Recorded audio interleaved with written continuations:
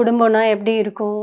எப்படி வேலை செய்யணும்? என்ன பண்ணணும்னு எதுவுமே தெரியாத சூழ்நிலை. ஓகே. அப்போ ஒரு சூழ்நிலை வரும்போது, சில விஷயங்கள தாங்கிக்க முடியாம, நான் என்ன சூசைட் அட்டெம்ப்ட் பண்ணேன். குழந்தை அலறின சத்தம் கேட்டு அக்கம் பக்கத்துல வந்து, உடனே மேல தண்ணி ஊத்தி வந்து என்னைக்காச்சும் லைஃப்ல அதை நான் பண்ணிட்டேன், நான் அந்த நிமிஷம் ஒரு நிமிஷம் யோசிச்சிருக்கலாம் அப்படின்னு தோணுச்சு. அதுலேருந்து வெளியில வந்து இல்லை அதுக்கு போராடி வாழ்க்கையில சக்ஸஸ் ஆனவங்க எத்தனையோ பேர் இருக்காங்க, இன்க்ளூடிங் என் அம்மாவை வச்சு தான் சொல்றேன்.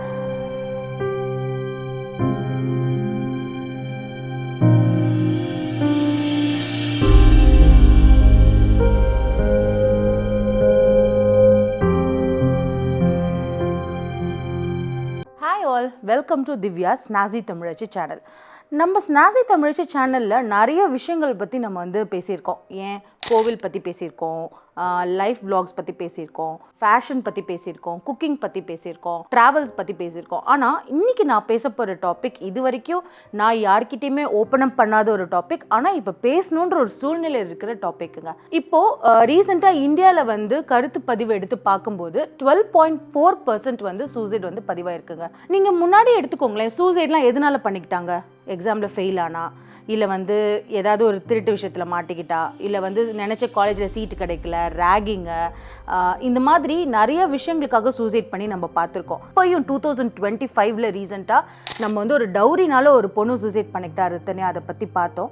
எப்போதுமே ஏன் அவங்க சூசைட் பண்ணிக்கிறாங்க? இந்த மாதிரி பண்ணுறதுக்கு பதிலாக அவங்க வாழ்க்கையில் வாழ்ந்து காமிச்சிருக்கலாம், இல்லை இதை இப்படி ஃபேஸ் பண்ண தெரியாமல் ஒரு கோழையாக இருந்துட்டாங்க அப்படின்னு நம்ம எப்போதுமே அவங்கள ஒரு தப்பு சொல்லிட்டு இருக்கோம்.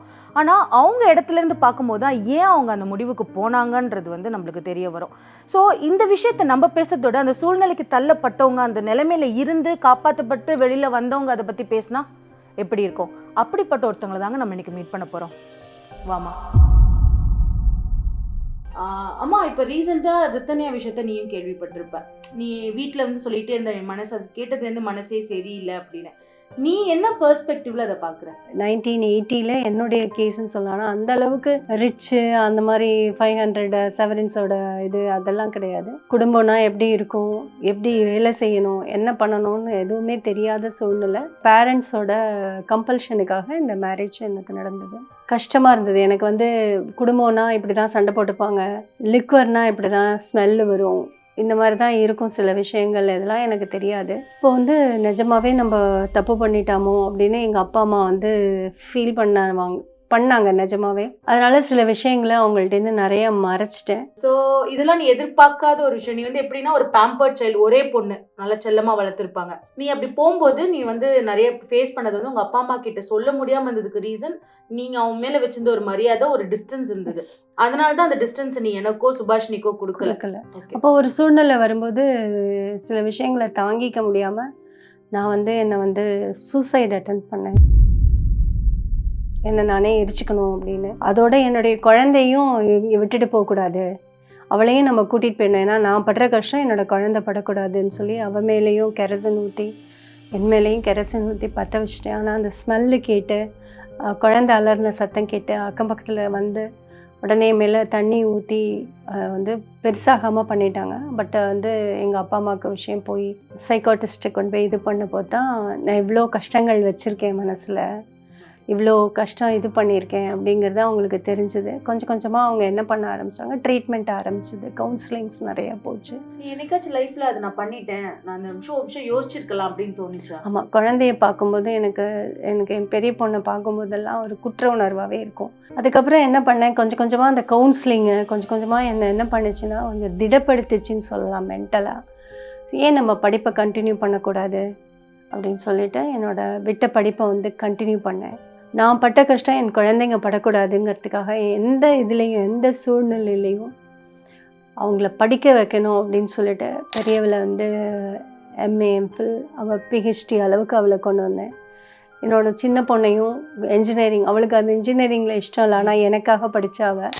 பட் அவளும் ஒரு கோல்டு மெடலிஸ்டாக தான் இருந்தா. அதுலேயும் இதை விட வேர்ஸாக, நான் முன்னாடி ஃபேஸ் பண்ணதை விட வேர்ஸாக இருந்தது. ஆனால் அப்போல்லாம் நான் ஸ்ட்ராங்காக நின்னேன், எல்லாத்தையும் எதிர்த்து நின்னேன். என்ன கெட்ட பேர் வந்தாலும் சரி, என்ன இது வந்தாலும் சரி, நம்மளுடைய இது வந்து பார்த்து வந்து ஒழுங்காக இருக்கும்போது நம்ம ஏன் பயப்படணும்? சரி, இப்போ இந்த ரித்தன்யா மாதிரி இந்த 2025ல இந்த மாதிரி விஷயத்துக்கு வந்து இந்த டௌரிக்காக இன்னி வரைக்குமே சூசைட் பண்ணிக்கிறாங்கன்னு விஷயத்தை கேட்கும்போது நீ சொன்ன உன்னோட பழைய விஷயங்கள்லாம் உனக்கு ஞாபகம் வந்துச்சு அப்படின்னு. இந்த மாதிரி சூழ்நிலை இருக்கிற ஒரு பெண்களுக்குலாம் நீ என்ன சொல்லணும்னு நினைக்கிற? உங்களை நீங்கள் மென்டலாக ஸ்ட்ராங் பண்ணிக்கணும். சூசைடு ஒன்று தான் ஒரே வழிங்கிறது கிடையாது. நிறைய நம்ம வந்து நம்மளை ப்ரூவ் பண்ணிக்கிறதுக்கும் இதுலேருந்து வெளியில் வரத்துக்கும் நிறைய இருக்குது. நம்ம வேறு இதில் கான்சன்ட்ரேட் பண்ணிக்கலாம். ஃபார் எக்ஸாம்பிள், இந்த பொண்ணுக்கு ஒரு க்ளோஸாக யாருமே இல்லையோன்னு எனக்கு தோணுது.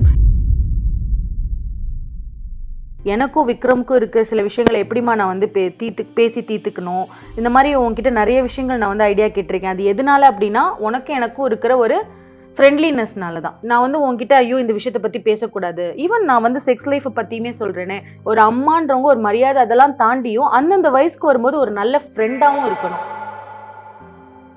அதுதான் எனக்கு நம்ம வந்து மெயினாக இப்போ நான் என் பொண்ணுக்குமே நான் அந்த ஒரு கல்ச்சரை தான் வந்து சொல்கிறேன். ஏன்னா அவங்களுக்கு நம்ம மேலே ஒரு பயம் மரியாதை தாண்டி அம்மா கிட்ட சொன்னால் நம்மளுக்கு ஏதாவது ஒரு தெளிவு கிடைக்கும், இதுக்கு நம்மளை கரெக்டாக நம்மளை கைட் பண்ணுவாங்கன்னு ஒரு நம்பிக்கை இருக்கும். அது ரித்தன்யாக்கு கிடைக்கலன்னு தான் நான் நினைக்கிறேன். ஏன்னா அந்த பொண்ணுக்கு அந்த கஷ்டத்தை சொல்லியிருந்தானா யார்கிட்டயாவது? அவள் வந்து நிறைய இந்த மாதிரி எக்ஸ்பீரியன்ஸ் ஆனவங்க இந்த உலகத்தில் மீண்டு வந்திருக்காங்க, அதுக்கப்புறம் சாதிச்சிருக்காங்க அப்படிங்கிறது அவளுக்கு தெரிஞ்சிருக்கும். அதுலேருந்து அவள் மீண்டிருப்பாளோ அப்படிங்கிறது எனக்கு ஒரு எண்ணம். அந்த மாதிரி இந்த மென்டல் எஜுகேஷன் பற்றி சின்ன வயசுலேருந்தே இப்போ வந்து குட் டச் பேட் டச்ன்றதெல்லாம் சின்ன வயசுலேருந்தே இப்போ குழந்தைங்களுக்கு சொல்லித்தர ஆரம்பிச்சிட்டாங்க. எதனாலனா சின்ன குழந்தைங்கள்லேருந்து இப்போ வந்து ரேப்லாம் ஃபேஸ் பண்ண ஆரம்பிச்சிருக்காங்க, சைல்டு அப்யூஸ்லாம் ஃபேஸ் பண்ண ஆரம்பிச்சதுனால இதை வந்து சின்ன வயசுலேருந்தே சொல்லித்தராங்க. இப்போ இதே மாதிரி இந்த மென்டலுக்கும் தனி எஜுகேஷன் வைக்கிறது எவ்வளோ நல்லதுன்னு நீ நினைக்கிற?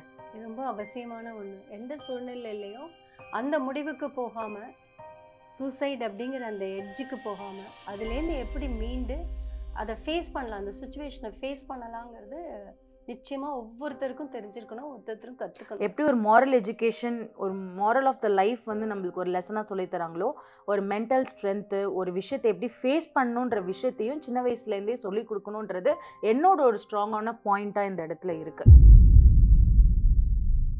அக்கம் பக்கத்தில் இருக்கிறவங்க என்ன பண்ணுறாங்க, அவங்களோட சந்தோஷமான விஷயங்களை மட்டுமே தெரிஞ்சுக்கிட்டவங்க அவங்க என்ன பண்ணுறாங்க, இல்லை ஃப்ரெண்ட்ஸாக இருக்கட்டுமே அவங்க ஏன் ஒரு மாதிரி இருக்காங்க, அவங்களுக்கு என்ன விஷயங்கள் வந்து லைஃப்பில் இருக்குது, எதனா ஷேர் பண்ண அப்படின்னு கேட்டால் கூட இப்போ நம்மளுக்கு ஷேர் பண்ணுறதுக்கே பயமாக இருக்குது. ஏன்னா அது அவங்களோடே இருக்குமா, இல்லை அவங்க இன்னும் 10 பேருக்கு அதை பரப்பிடுவாங்களா, என்னோட லைஃப் விஷயம் எல்லாருக்கும் தெரிஞ்சிருமா, ஒரு ப்ரீஜட்ஜ் பண்ணிவிடுவாங்களா நம்மளை, இல்லை நம்ம லைஃப் ஃபெயிலியர் ஆகிடுச்சேன்றதை வந்து வெளியில் சொல்கிறதுக்கான ஒரு பக்குவம் இல்லை. இந்த மாதிரி நிறைய எக்ஸ்பைசட் ஃபீலிங் இருக்கட்டுமே. உங்களுக்கு ஒரு லைஃப் வந்து ஃபெயிலியர் ஆயிடுச்சுன்னா நான் சொல்கிறது ஈஸி, பட் இதுலேருந்து வெளியில் வந்து இல்லை அதுக்கு போராடி வாழ்க்கையில் சக்ஸஸ் ஆனவங்க எத்தனையோ பேர் இருக்காங்க, இன்க்ளூடிங் என் அம்மாவை வச்சு தான் சொல்கிறேன்.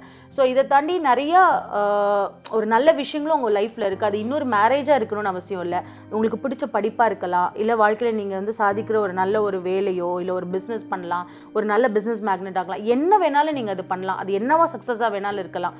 ஃபெயிலியர் இதுதான் சொல்லி வாழ்க்கையை முடிச்சிக்காதீங்க.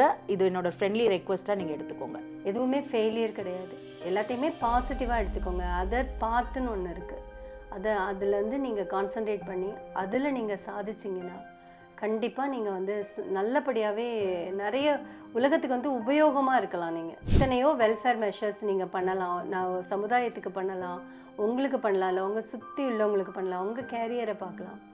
ஸோ எல்லாத்தையும் நீங்கள் வந்து என்ன பண்ணுறீங்கன்னா மறந்துட்டு அதை மென்டலாக நீங்கள் ஸ்ட்ராங் ஆகி அதில் என்ன வழி இருக்குது சாதிக்கிறதுக்கு அப்படிங்கிறது பார்க்கலாம். இது மட்டும்தான் வழிங்கிறது. அதே மாதிரி நான் பேரண்ட்ஸ்க்கு சொல்கிறேன், marriage is not the destination.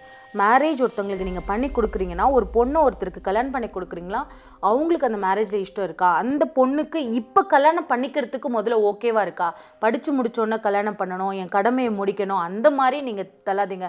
1980லேருந்து இப்போ வரைக்கும் நிறைய ஃபேமிலிஸில் இது நடந்துட்டு தான் இருக்குது. கல்யாணம் ஒரு கௌரவன்ற பேரில் நடக்குது. டௌரி கொடுக்கறது கௌரவம், அது கொடுத்தாதான் நம்மளுக்கு கௌரவம் அப்படின்னு நினைக்கிறீங்க. அப்படி கிடையாது. உங்கள் பொண்ணு நல்லா வாழ்ந்தால் அதுதான் கௌரவம். ஒரு நல்ல மனுஷனுக்கு கல்யாணம் பண்ணி கொடுத்தீங்கன்னா அதான் கௌரவம். உங்கள் பொண்ணு மனசுக்கு பிடிச்ச அந்த கல்யாணம் நடந்தது, உங்கள் பொண்ணு ஒரு நிம்மதியான வாழ்க்கை வாழ்கிறா அப்படின்னா அதுதாங்க கௌரவம், அதுதான் உண்மையான விஷயம். அதை தாண்டி நீங்கள் பணம் காசு நகைன்னு நினச்சிங்கன்னா இப்போ இருக்கிற காலகட்டத்தில் இது கண்டிப்பாக சொல்கிறேன், this is not the right way. அப்படி ஒருத்தவங்க எதிர்பார்க்குறாங்கன்னா உங்கள் பொண்ணை தயவு செஞ்சு கல்யாணம் பண்ணி கொடுக்காதீங்க. நீங்களும் அந்த மென்டாலிட்டியில் தயவு செஞ்சு கல்யாணமும் ஏற்பாடு பண்ணாதீங்க.